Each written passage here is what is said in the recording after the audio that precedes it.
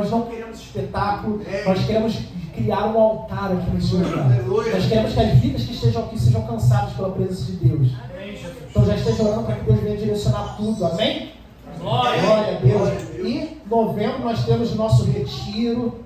Então você que não deu o seu nome, procure a pastora Denise no final do culto, já deu o nome. Vai ser no feriado do dia 15, nós vamos sair aqui na sexta-feira, dia 11 à noite. A gente sai daqui na sexta-feira, vamos passar lá a sexta à noite, o sábado o dia inteiro, domingo, a segunda e a terça-feira a gente vem embora no finalzinho da tarde. Vão ser dias abençoados, dias que o Senhor preparou para falar aos nossos corações. Retiro é muito bom, muito bom. Não perca essa oportunidade para estarmos ali, ouvindo a palavra de Deus, sendo cheio da presença dele. Amém? Amém. Glória a Deus. Sinta lá uma bênção. O pastor já passou as fotos ali, tem piscina, campo de futebol, sala de jogos. Até falei que vou fazer um campeonato de ping-pong, ver quem consegue ganhar em ping-pong. Paulo aí, ó, Paulo, Michel, aí o pessoal. Ali, ó, vamos fazer. Ih, duvida. Tem totó? Tem totó, tem totó de sinuca. Ninguém me ganha. Vai ter um momento de diversão, vai ter um momento de busca, que é o principal, porque nós vamos lá para buscar a presença dele. Mas vai ter um momento de diversão também. Amém? Então não deixe de estar presente, vamos estar juntos ali adorando o Senhor. Sem mais delongas, queria chamar aqui meu amigo, pastor Alain.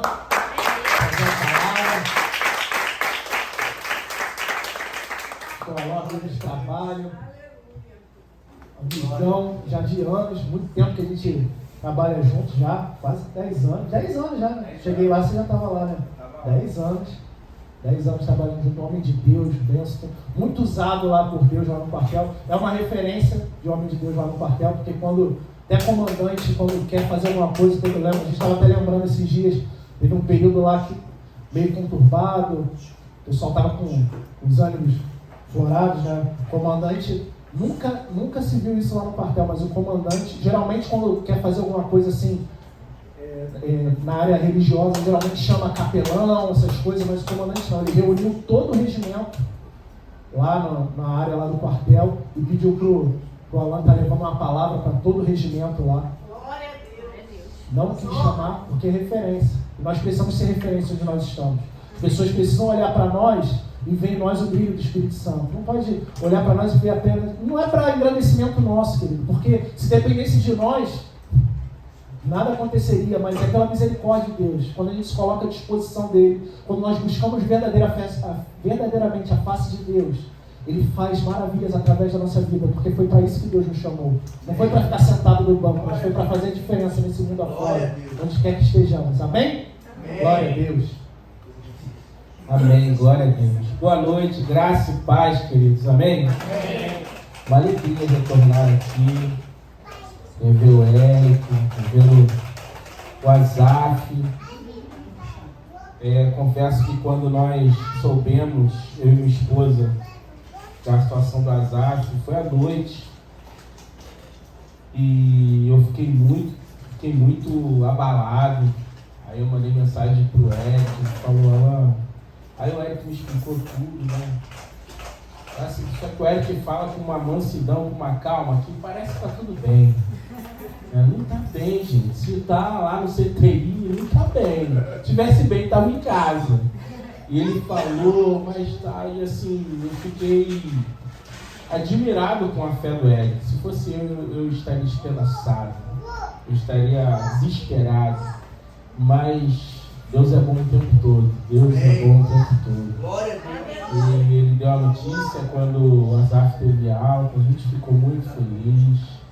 Foi uma alegria. E voltar aqui a essa comunidade, compartilhar a palavra de Deus com vocês, é sempre uma grande alegria. É isso que o Érico falou, irmãos, foi um momento muito marcante da nossa vida profissional. Eu nunca vi isso acontecer. Tinham quase 1000 pessoas sentadas numa arquibancada e o chefe falou assim, leva uma palavra de Deus para eles.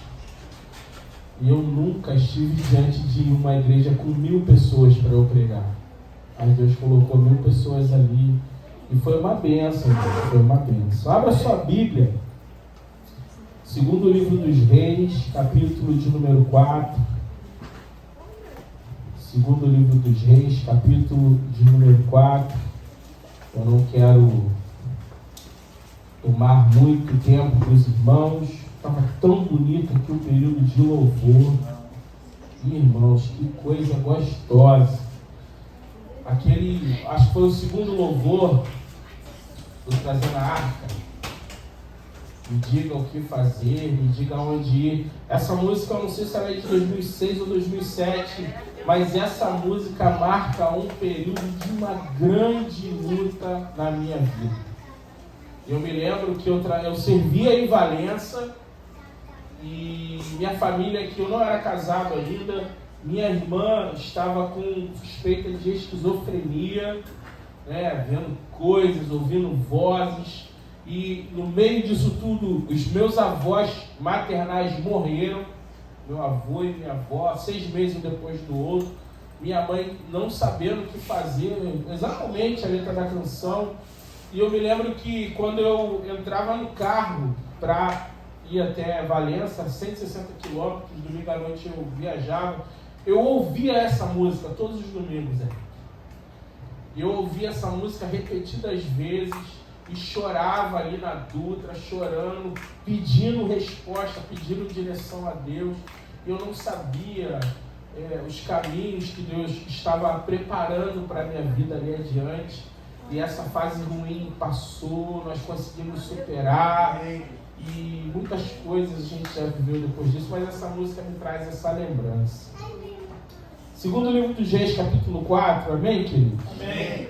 Vamos ler do versículo 1 ao versículo 7.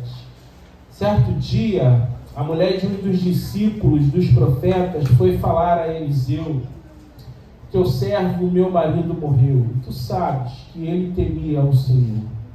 Mas agora veio um credor que está querendo levar meus 2 filhos como escravos. Eliseu perguntou-lhe: como posso ajudá-la? Diga-me o que você tem em casa.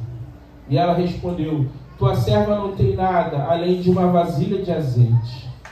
Então disse Eliseu: vá pedir emprestadas vasilhas a todos os vizinhos, mas peça muitas. Depois entre em casa com seus filhos e feche a porta. Derrame daquele azeite em cada vasilha e vá separando as que você for enchendo. Depois disso, ela foi embora. Fechou-se em casa com seus filhos e começou a encher as vasilhas que eles lhe traziam. Quando todas as vasilhas estavam cheias, ela disse a um dos filhos: traga-me mais uma. Mas ele respondeu: já acabaram. Então o azeite parou de correr. Ela foi e contou tudo ao homem de Deus, que lhe disse: vá, venda o azeite e pague suas dívidas. E você e seus filhos ainda poderão viver do que sobrar. Feche seus olhos. Pai, obrigado por essa noite maravilhosa na Tua presença. Obrigado pela oportunidade que temos de estar, Pai, Te cultuando, celebrando ao Senhor, cantando louvores a Ti. E agora, Pai, nesse momento, termos nossos corações como terra fértil, para que a semente do Evangelho, ora lançada, venha produzir frutos que glorifiquem o Teu nome. Fale conosco nessa noite, Pai. Fale aos nossos corações, fale de forma poderosa, impactante, nos fazendo, Pai, refletir e discernir aquilo que o Senhor tem querido, Pai, fazer na nossa vida. Assim nós oramos, no nome santo de Jesus. Amém. Essa passagem eu li numa semana onde eu precisava muito de algumas respostas de Deus. E Deus falou muito ao meu coração naquela semana. Eu decidi escrever.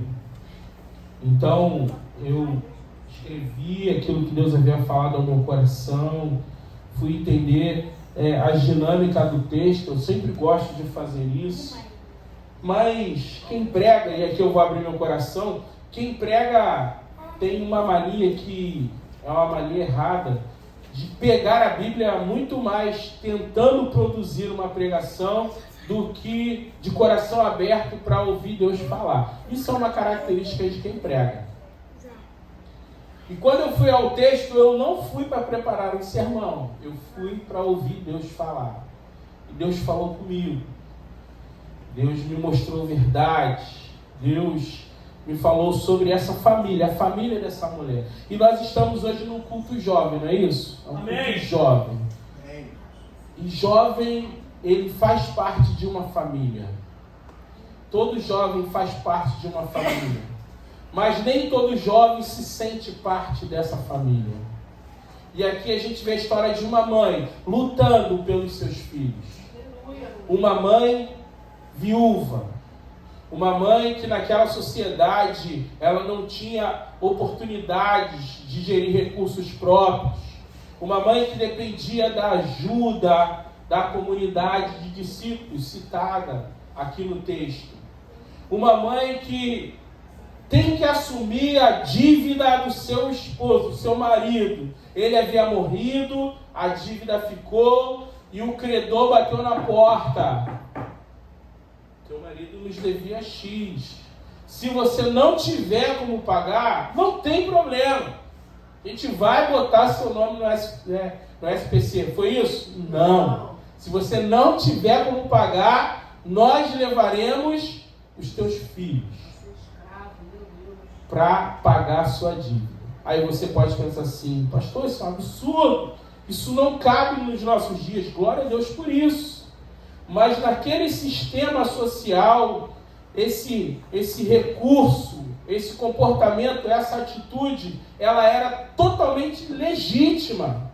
Nós não estamos falando de algo moralmente equivocado naquela cultura, naquele momento histórico. Quem não tinha como honrar a dívida, entregava filho, entregava esposa, entregava bens, se entregava como escravo. Isso era comum. Só que a gente percebe que essa mulher, ela não quer perder seus filhos. E ela vai diante do homem de Deus, daquele que era o líder da comunidade, daquele que era uma referência, daquele grupo de discípulos que representavam, em certa medida, uma resistência de um recorte do povo de Deus que vivia marginalizado diante da estrutura religiosa do sacerdócio daquela época. Porque se o sacerdote, aliado à monarquia, ele levava a Deus a oração do povo, o profeta é alguém que não está dentro do palácio, é alguém que não está alinhado à monarquia, mas é alguém que traz a resposta de Deus ao coração do povo. Por isso que a palavra profeta significa boca de Deus. E Eliseu é essa boca de Deus nesse momento histórico em que as pessoas estão vivendo um período de escassez. O capítulo 4 vai falar sobre esse período de escassez que o povo de Deus está vivendo naquela região. Pois bem, ela chega diante de Eliseu, apresenta o problema. Teu servo, meu marido, morreu, tu sabes que ele temia ao Senhor, mas agora veio um credor que está querendo levar meus 2 filhos como escravo. O marido dela tinha uma característica importante, ele era servo do Senhor. Ele temia o Senhor. Ele era alguém que participava das atividades daquela comunidade. Alguém comprometido com Deus. Amém. Alguém com problemas financeiros, sim, como muitos de nós. Mas alguém capaz de superar essa questão de ter o problema, não ser dominado pelo problema, mas ter a alegria de servir ao Senhor. E em meio a isso tudo ele morreu. E a mulher está desesperada, ela está na iminência de perder os 2 filhos. Temos uma família, uma mulher e 2 jovens. E é interessante porque as famílias de hoje, elas têm configurações tão diferentes de uma família patriarcal bíblica. Famílias em que o pai ele já não existe, e aí tem a mãe solo.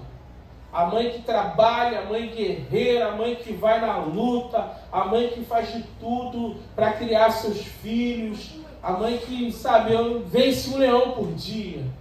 Nós temos a família onde pai e mãe e filho, vem um outro filho não planejado, às vezes vem um terceiro filho e a família não se vê em condições de sabe, ter uma família estruturada financeiramente para viver, e aí a gente recorre à ajuda dos tios, dos avós, e todo mundo ajuda, e aí a gente vai criando os nossos filhos, talvez não na maneira ideal como gostaríamos, mas a gente vai criando, e na força do Senhor as crianças vão se desenvolvendo, e sabe, o tênis que era de um, ficou pequeno, passa pro pé do outro, a roupa que era do primo, que não usa mais, pega para cá, a gente vai usar aqui. Ah, uma lata de leite que eu comprei, sobrou, tal. Você está precisando? Estou precisando, me dá uma lata de leite aqui. E a gente vai se ajustando de maneira que nunca falta nada, porque Deus está no controle, Deus está cuidando. Glória a Deus! E a família é assim. E tem um modelo de família sem criança. Casais que casam e optam, né, nós não queremos filhos agora, vamos adotar um petzinho, um cachorro, um gato, e há quem critique, há quem ache um absurdo, mas é uma realidade, está aí, é um modelo de família também. Você pode achar um absurdo, mas é uma realidade da nossa sociedade. Se você pegar grande parte da juventude hoje, você quer ter filho? Eu não. Botar filho nesse mundo tão violento, as pessoas falam assim. Eu não. Filho dá muito trabalho. Filho, a gente abdica de viver a nossa vida para ver que o filho é verdade. Mas isso é um mistério do cuidado. A gente só entende o sentido real da palavra cuidado quando a gente tem um filho, uma filha. E a gente cuida de alguém que precisa de todo cuidado. E a gente às vezes esquece de se cuidar para cuidar desse ser tão amado. Isso são modelos de família. E essa família é uma família muito sofrida para aquele momento social. O marido morreu. A esposa depende dos filhos para ter fonte de sustento. Por isso o desespero dela. Se o filho sai de casa, como que eu vou viver? Você pode fazer um voo no horizonte e lembrar de Jesus quando ressuscita um menino de uma mulher que era viúva. O filho da viúva de Naim. Se você ler essa narrativa bíblica, Jesus está passando com os seus discípulos e ele se depara de frente com o cortejo fúnebre daquele menino, caixão aberto. E o texto diz, era uma viúva que estava enterrando seu filho. Ou seja, toda a expectativa de vida para ela havia acabado. Não tem previdência social, não tem salário do INSS. Ela morreria, porque ela era mulher naquela sociedade. E aí Jesus ressuscita o filho dela. Aquela ação de Jesus para ela não só é uma alegria de ver o filho vivo novamente, mas é a esperança de um futuro possível, porque o filho homem ressuscitou. Olha que interessante isso. O desespero dessa mulher repousa sobre isso também. Mas ela faz 3 movimentos. Eu quero que você olhe para o texto e veja isso comigo. Ela faz 3 movimentos. Olha para cá, minha mão. Primeiro movimento que ela faz, ela abre a porta. Segundo movimento que ela faz, ela bate na porta dos seus vizinhos. E o terceiro movimento que ela faz, ela fecha a porta. Você vai ver isso ao longo do texto. E eu queria falar sobre esses 3 movimentos que essa mulher nos propõe como características de alguém que luta por sua família. E se você é pai e mãe, preste atenção na maneira como essa mulher lutou pelos seus. E se você é filho ou filha, se você é jovem, preste atenção como esses filhos agiram diante daquela crise. Porque meu jovem, minha amada, meu amado, o mundo, ele não é cor-de-rosas. O mundo não é, sabe, o fantástico mundo de Bob. Meninas, aquela imagem do homem romântico, lindo, belo, esbelto, barriga tanquinho, montado num cavalo branco, teu príncipe encantado, é uma imagem meramente ilusória. Isso não é verdade. Ah, pastor, não é verdade. Meu amigo, se você escreveu aquela carta para Deus, ela tem que ter o cabelo assim, a cintura tanto, o busto tanto, olhos assim, o rosto assim, sabe? O pé tamanho 35, esquece isso. Esquece. A vida, ela não nos reserva a possibilidade da gente fazer essa escolha desse jeito. A vida é uma caminhada muito tortuosa, principalmente a vida do crente. Olhando para a vida dessa família, a gente observa algumas características. Quando ela abre a porta, diante do desespero, sem solução, ela abre a porta. Abrir a porta dela é abrir o coração. É o versículo 1. Ela abre a porta do coração para o homem de Deus, para Eliseu. Teu servo, meu marido, morreu, e tu sabes que ele temia o Senhor. Ela leva o problema para Eliseu. Ela leva o problema. E aí a gente aprende algo importante. Não se feche na dor insustentável, na dor inevitável, na dor que te consome. Abra o teu coração para alguém. Glória a Jesus. Alan, vou abrir o coração para quem? Não sei. Deus vai te mostrar alguém. Mas você não precisa adoecer com essa dor insustentável, insuportável. Se você não vê um horizonte de solução, chega para alguém. Deus vai botar alguém na tua vida. Abra o teu coração para essa pessoa. Abre o teu coração. Porque quando a gente abre o coração, há possibilidades reais, concretas de Deus agir. Você precisa falar com alguém. Muita gente adoece porque se cala no momento agudo da sua dor. Eu fico espantado, irmãos, porque nunca houve na história da civilização um tempo onde tantos adolescentes cometem suicídio. Irmãos, adolescente.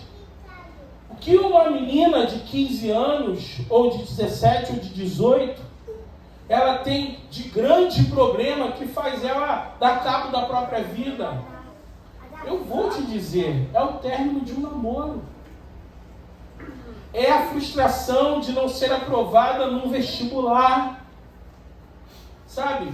É a dificuldade de entender o porquê os pais se divorciaram.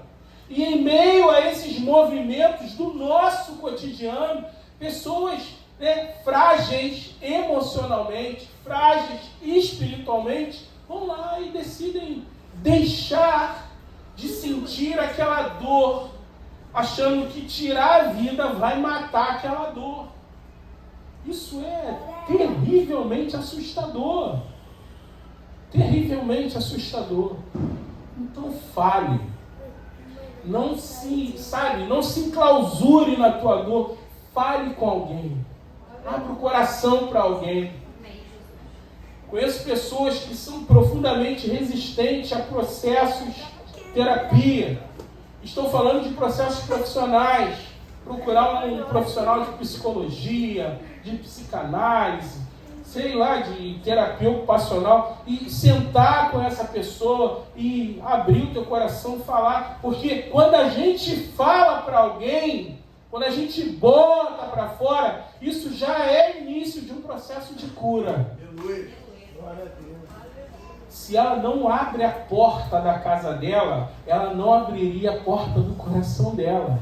Se ela não abrisse a porta do coração dela, ela não abriria a boca para colocar para fora aquilo que angustia a vida dela. Então, meu amado jovem, não sofra a tua dor de forma isolada. Alan, sabe por que eu não falo com ninguém? Porque as pessoas vão achar que meu problema é insignificante. Não pense assim, vai lá e fale. Ah, mas meu problema é tão pequeno diante do problema dos meus pais. Senta com seus pais e fala com ele. Fala. É besteira para alguém? Se está te trazendo dor, fala. Porque você vai encontrar soluções. E você vai abrir possibilidade de Deus agir. Foi o que aconteceu com a vida dessa mulher. Procure pessoas confiáveis. Pessoas que transpiram a presença de Deus no cotidiano delas. Você sabia que nesse mundo tão perverso tem gente que é homem e mulher de Deus? Você sabia disso? Tem, gente. Não procura pessoas perfeitas, não, porque ninguém é perfeito, mas procura pessoas que transpiram Jesus. Olha a Deus. Como que eu vou saber se uma pessoa transpira Jesus? Olha a vida dela. Olha a vida dela. Características importantes de alguém que transpira Jesus: é uma pessoa humilde em todos os aspectos. É uma pessoa de vida simples.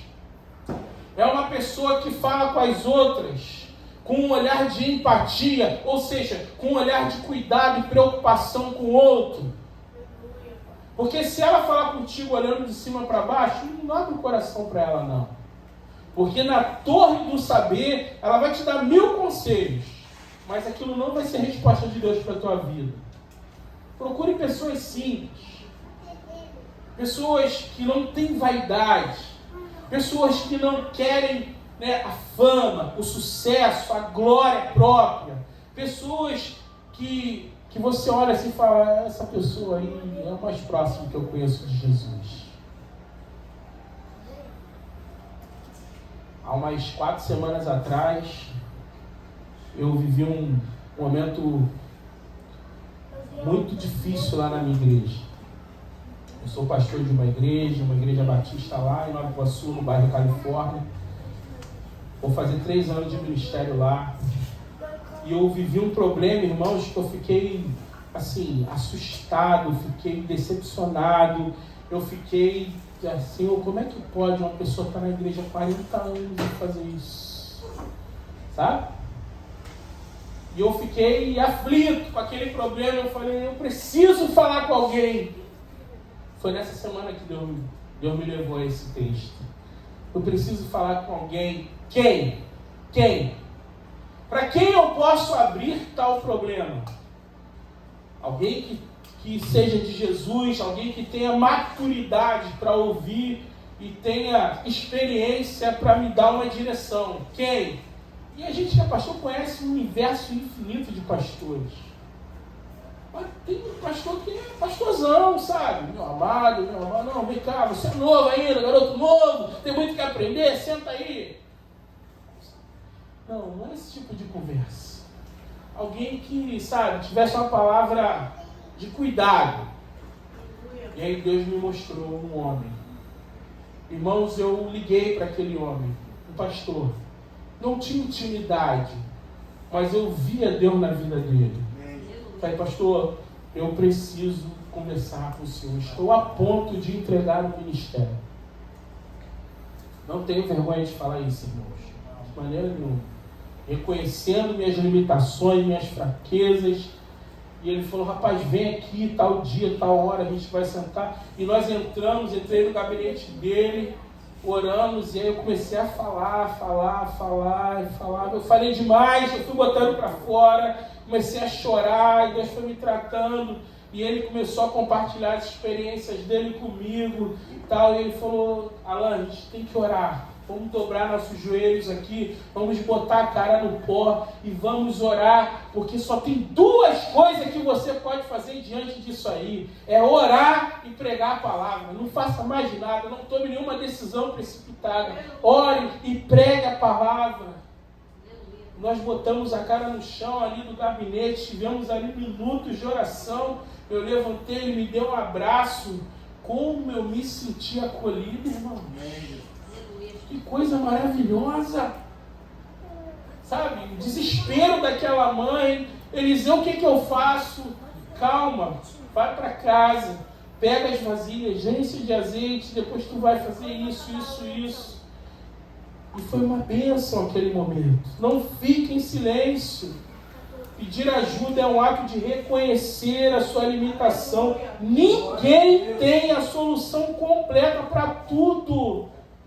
Não tem uma fórmula mágica, sabe? Estalar de dedos e as coisas se resolvem. Não existe isso, gente. Evangelho não é magia. Vida com Deus não é esse universo onde no estalar de dedos as coisas acontecem. Isso não é milagre. Milagre é diferente. Milagre é o que acontece na vida dessa mulher. Milagre é o que aconteceu na vida do Asaf. Foi para lá para o hospital e a gente fica com o coração apertado. E a gente sabe que Deus pode não deixar voltar para casa. A gente sabe disso. E isso nos dá angústia. E a gente fala, Senhor, não faz isso. Senhor, traz de volta. Senhor, como vai ser minha vida? E a gente faz votos com Deus, sabe? E Deus vai restaurando e a criança volta, sabe? E reverter um quadro médico, às vezes irreversível. Isso é milagre. Isso é milagre, gente. E Deus só opera o milagre. Isso é interessante. Quando há um propósito maior a ser estabelecido por Ele. Não é para você, não é por você exclusivamente. É um sinal de que algo maior vai acontecer. O nome dele é glorificado. O nome dele é glorificado. Segundo movimento que ela faz, ela bate na porta. Versículo 2, versículo 3.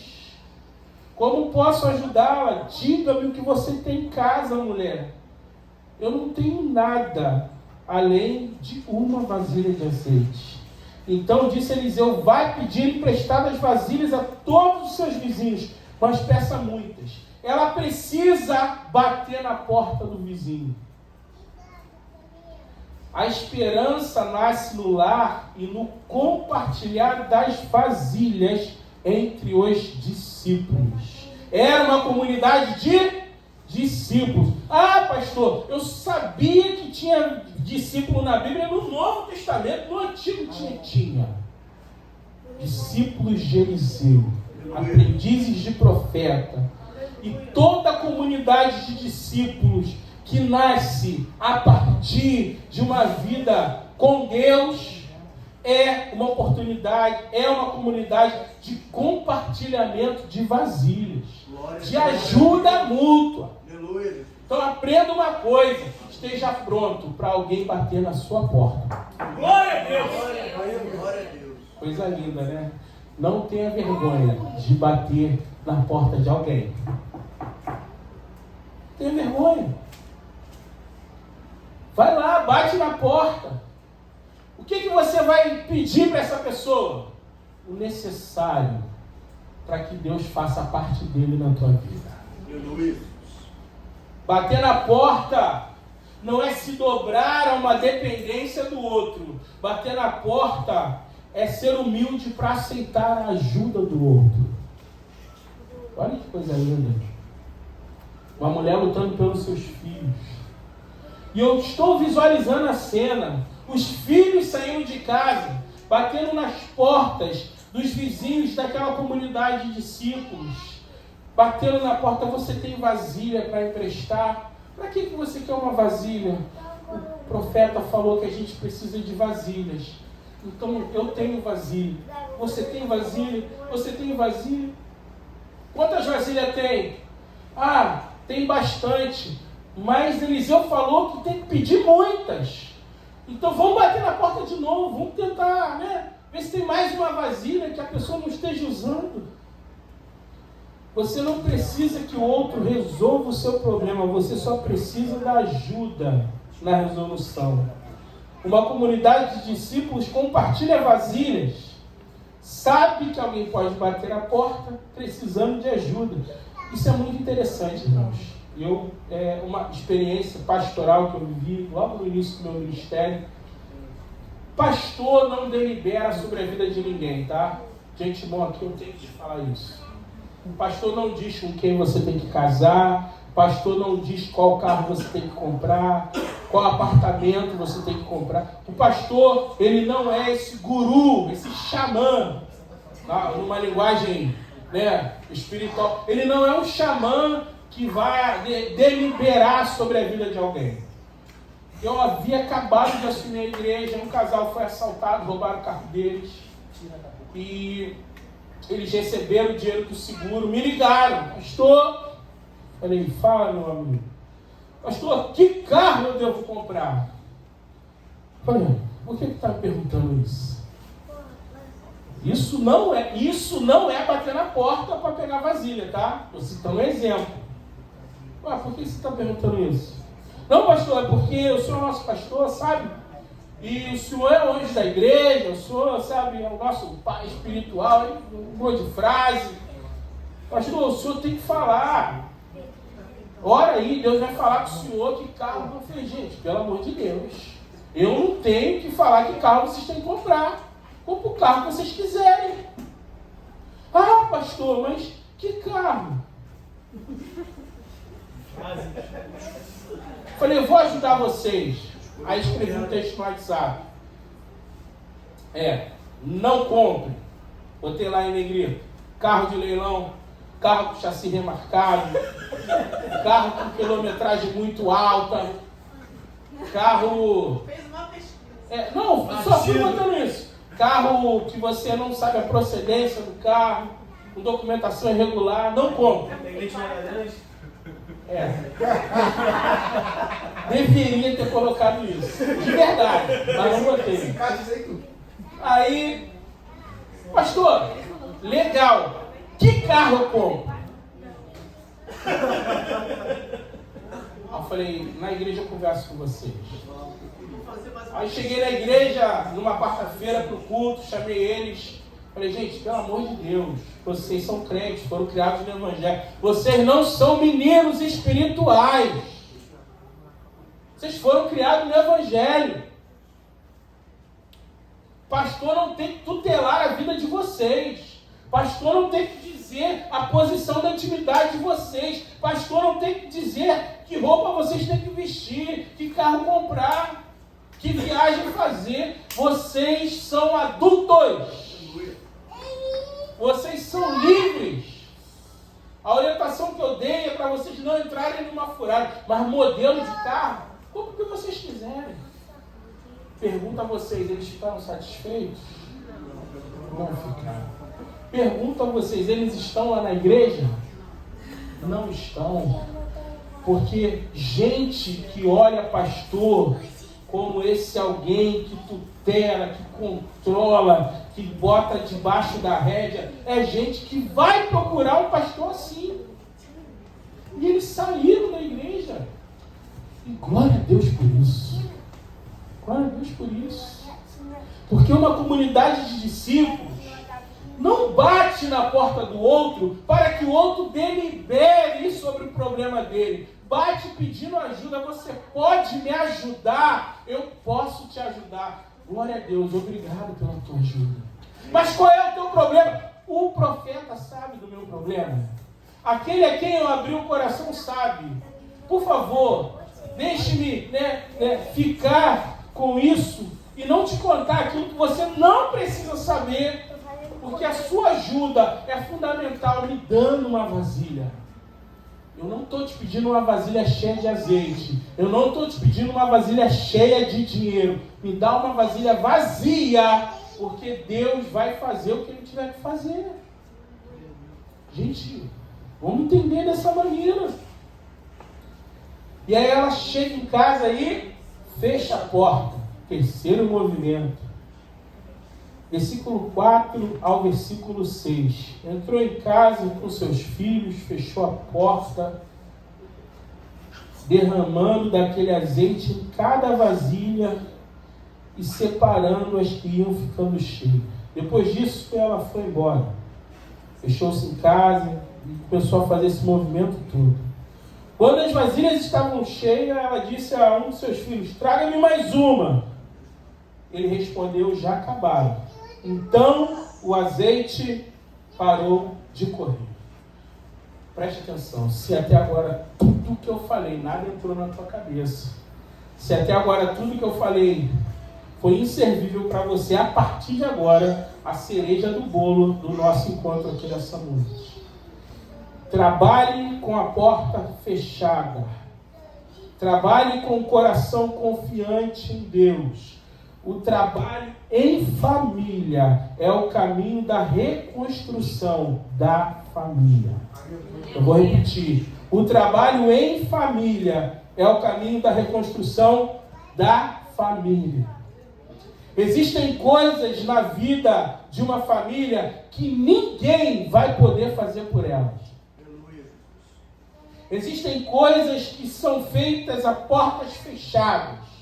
Existem coisas que são feitas debaixo da orientação de Deus, dentro da casa, com a porta fechada, e que diz respeito exclusivamente àquela família. Você, papai e mamãe, você jovem, você adolescente, tem coisa que você precisa fazer na tua casa que diz respeito a você, Deus e tua família.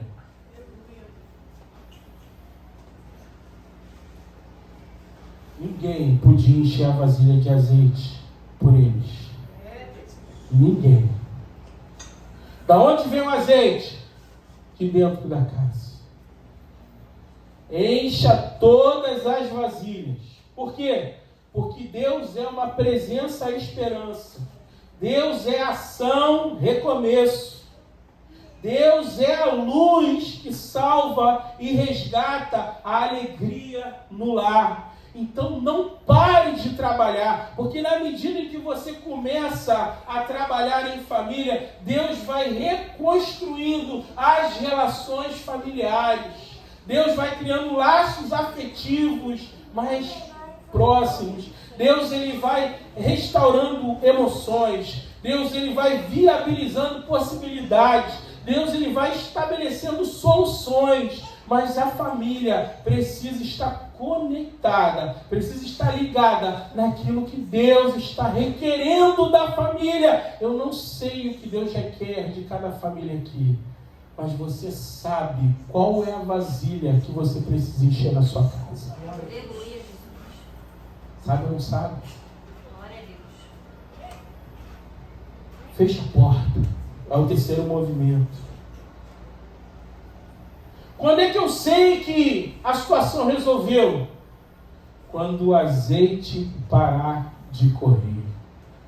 Deus é a suficiência para uma vida familiar saudável. Vou repetir. Deus é a suficiência para uma vida familiar saudável. Ah, eu pensava que era o dinheiro. Não, é Deus. Pode faltar dinheiro, pode faltar tudo, mas estando Deus, Ele é suficiente para que haja um ambiente familiar saudável. Vou repetir, saudável. Não tem perfeição no nosso viver, mas é possível viver de forma saudável. É possível ter relações, sabe, de reconstrução, de crescimento pessoal, de crescimento espiritual. A gente precisa entender isso, gente. A gente vive um tempo, e hoje eu ouvi essa frase e é verdade, de pessoas tão vazias. Pessoas tão vazias. Se você abrir aí o teu smartphone, gente, eu fico assustado com isso. Anitta, 50 milhões de seguidores. Luva de Pedreiro, 60 milhões de seguidores. O Wilson Nunes, milhares de seguidores. O que essas pessoas têm para acrescentar na vida de alguém, gente? Pelo amor de Deus. Cadê conteúdo?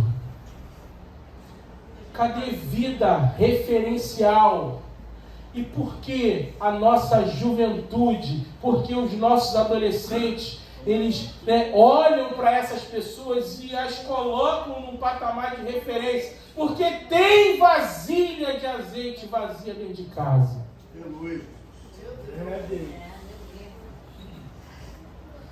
Não está trabalhando como família. Não estão crescendo como família. Vou além. Não estão dando resolução num problema da família juntos. Não estão criando uma estrutura onde a criança cresce, o adolescente acompanhando os processos de crise, porque ninguém pode ser blindado das dores da vida. As dores da vida, elas se impõem sobre nós. E eles vão crescendo naquele ambiente, os filhos participam. Mamãe, vamos encher vasilha, senão seremos vendidos como escravos. Aleluia. E vai enchendo a vasilha, vai participando. Porque, pare e pense, quando você enche a vasilha de azeite, você está dando sentido à tua família. Você está participando de uma resolução de um problema da tua família. Você vai se percebendo alguém fundamental na família. Você é alguém que depende de estar com o outro para que o problema seja resolvido na família. Então nós, juventude do nosso tempo, precisamos olhar para os nossos pais e não enxergá-los como, meu pai é quadradinho, meu pai é careta, pastor. Meu pai, sabe, meu pai não entende, meu pai está velho. Gente, pelo amor de Deus. Teu pai não é velho, teu pai não é quadradinho, teu pai te ama, e quem ama, cuida. Quem ama estabelece limite, sim. Quem ama não quer perder para um mundo perverso. Mãe, posso dormir na casa da Angélica? Desculpa se tiver alguma Angélica aqui. Tem não, né? Pergunta a menina de 15 anos. E aí a mãe responde: não, você não pode dormir na casa da Angélica. Mãe, que problema tem, mãe? Você conhece a Martinha, o Agenor, os pais da Angélica? Que problema tem?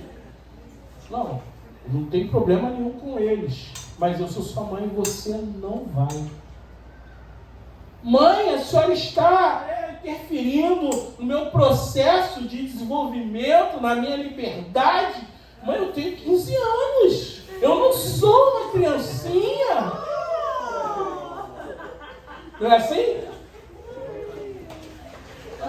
A mãe naquela postura maternal de quem ama, podendo dar uma resposta, ela fala: minha filha. Fala pro seu pai. Não, minha filha. Não, o pai é não certo. O não com o pai. Não, é menina. Eu coloquei a mãe. Minha filha, o assunto está encerrado. Não é não.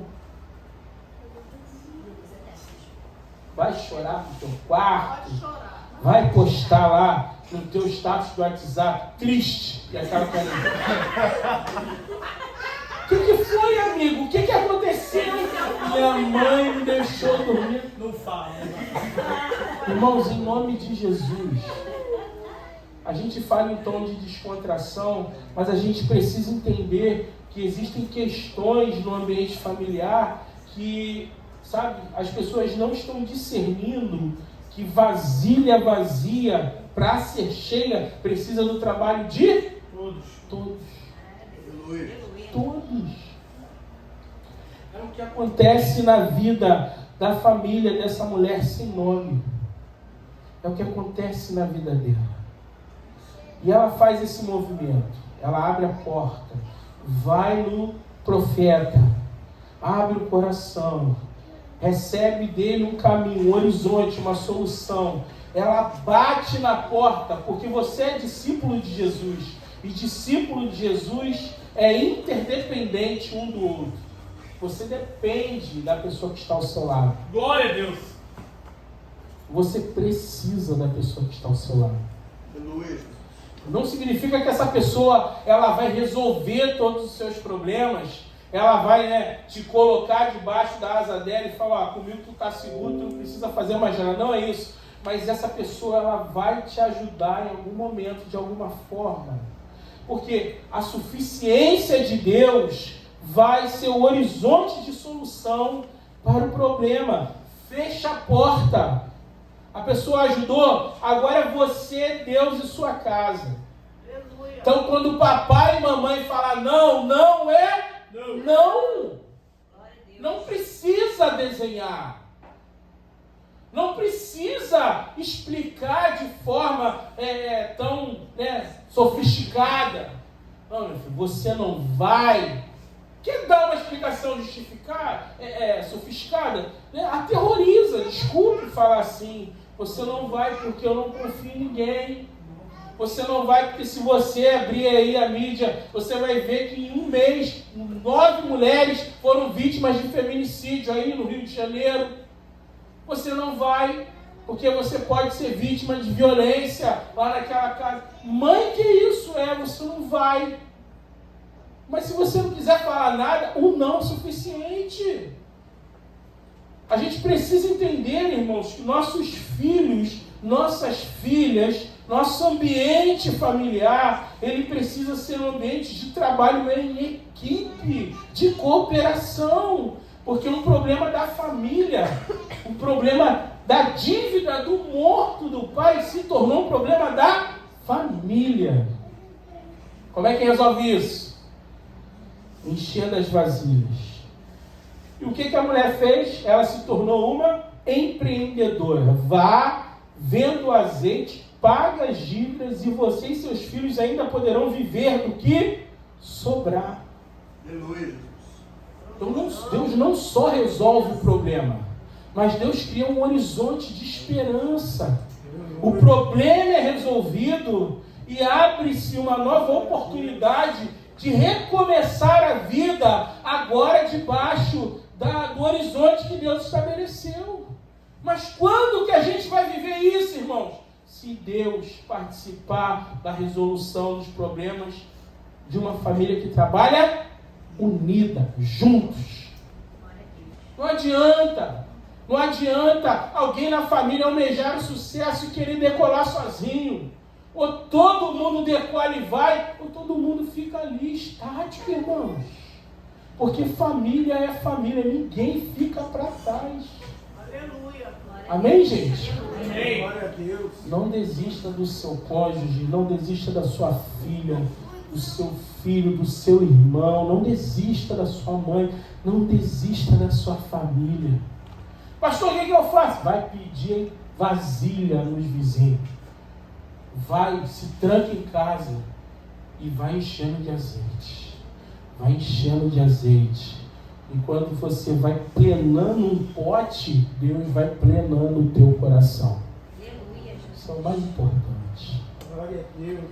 Que Deus nos abençoe nessa noite. Vamos orar, gente? Em nome de Jesus. Misericórdia. 9 anos.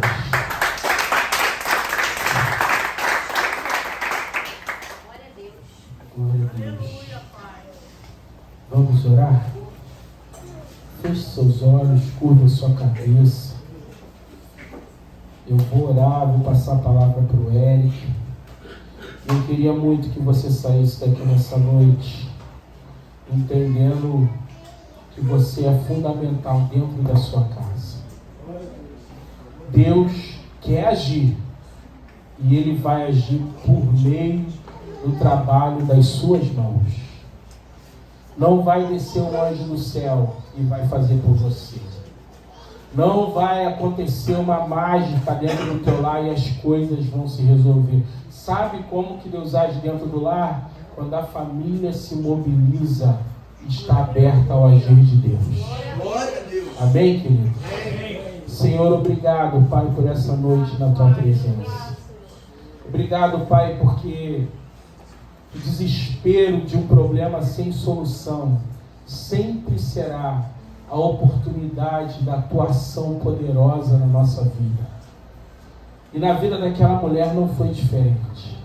Na vida daqueles meninos não foi diferente. Na vida daquela comunidade não foi diferente. Porque onde houver pessoas que invocam o nome do Senhor em espírito e em verdade, ali o Senhor se faz presente. Ali o Senhor cria soluções para problemas complexos. E as soluções não são mágicas, Senhor, e glória a Deus por isso. As soluções partem do coração solidário daqueles que nos ajudam, do coração, Pai, comprometido, daqueles que são chamados discípulos de Jesus. Obrigado, Senhor, porque nós somos uma comunidade de discípulos. E em meio às nossas dores e angústias, o Senhor coloca pessoas para a gente abrir o coração e a gente falar. E o Senhor vai criando soluções, estabelecendo caminhos, criando possibilidades. E quando a gente não enxergava nada, o horizonte se faz diante de nós. E a gente vai enchendo as vasilhas de azeite. E vai enchendo. E pega mais uma, duas, três. De repente, todas as vasilhas estão cheias. O azeite para de correr. E quando a gente olha um para o outro dentro de casa, a gente fala: nós conseguimos. O Senhor esteve conosco. O Senhor nos deu vitória. O Senhor nos deu solução para esse problema que nós não víamos solução. O Senhor agora é a nossa força, a nossa esperança. Nós estávamos cegos, não conseguíamos enxergar Deus, e agora o Senhor está dentro da nossa casa. A alegria foi restaurada.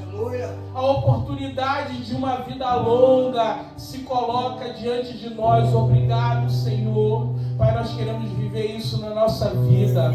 Queremos viver isso na nossa família, Pai. Nós sabemos, Pai, que problemas acontecerão, mas que o Senhor esteja no nosso lar.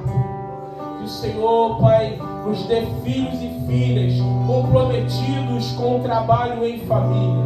Que o Senhor nos dê, Pai, espírito de equipe, companheirismo, comprometimento. Porque uma família que anda junta, unida, é uma família que não terá vasilhas vazias de azeite.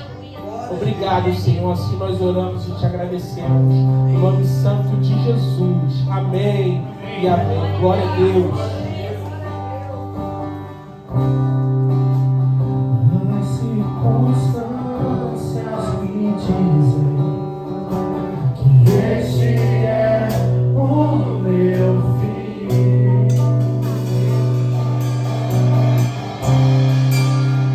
E o meu medo me diz: Jesus se esqueceu de mim. Mas eu sei que Jesus não se esqueceu de mim.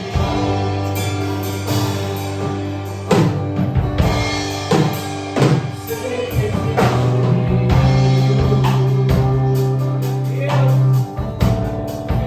que jorra do trono de Deus. Sei que existe cura.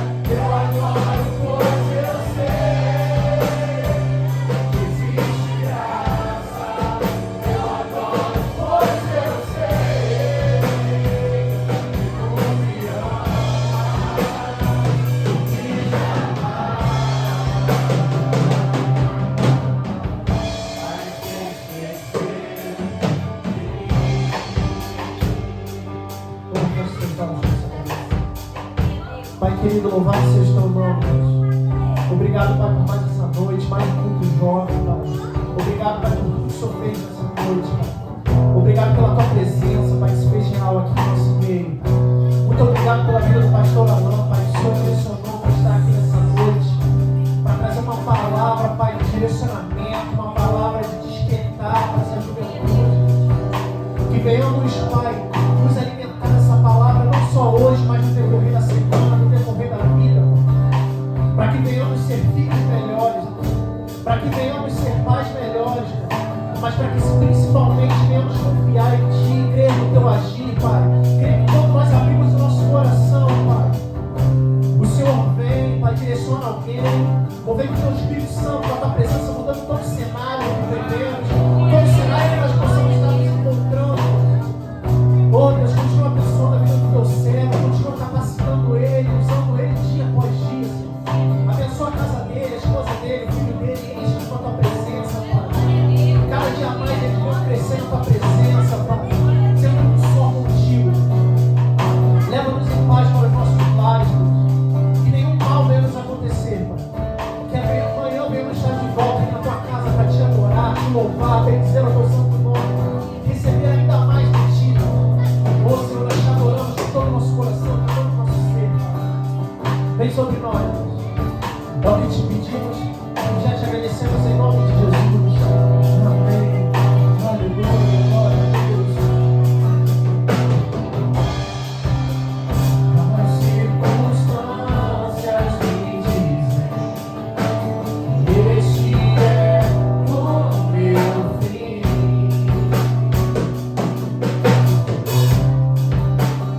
E o meu medo me diz que Jesus se esqueceu de mim. Mas eu sei que Jesus não se esqueceu de mim.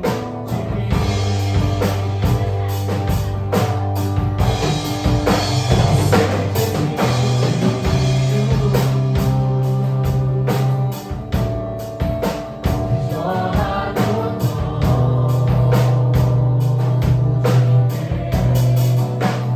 sei que existe cura, emana do teu coração, me chamar, mas se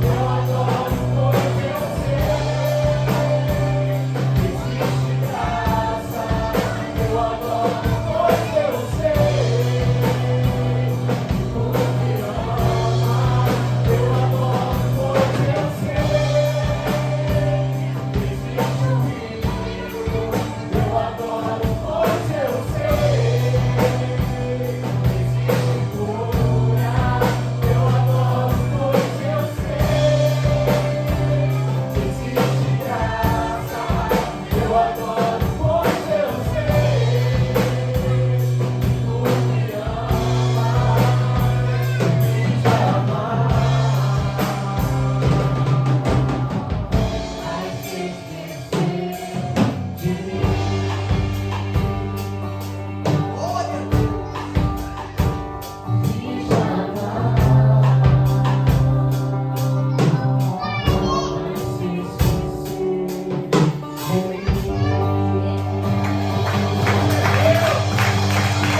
Aleluia, boa noite.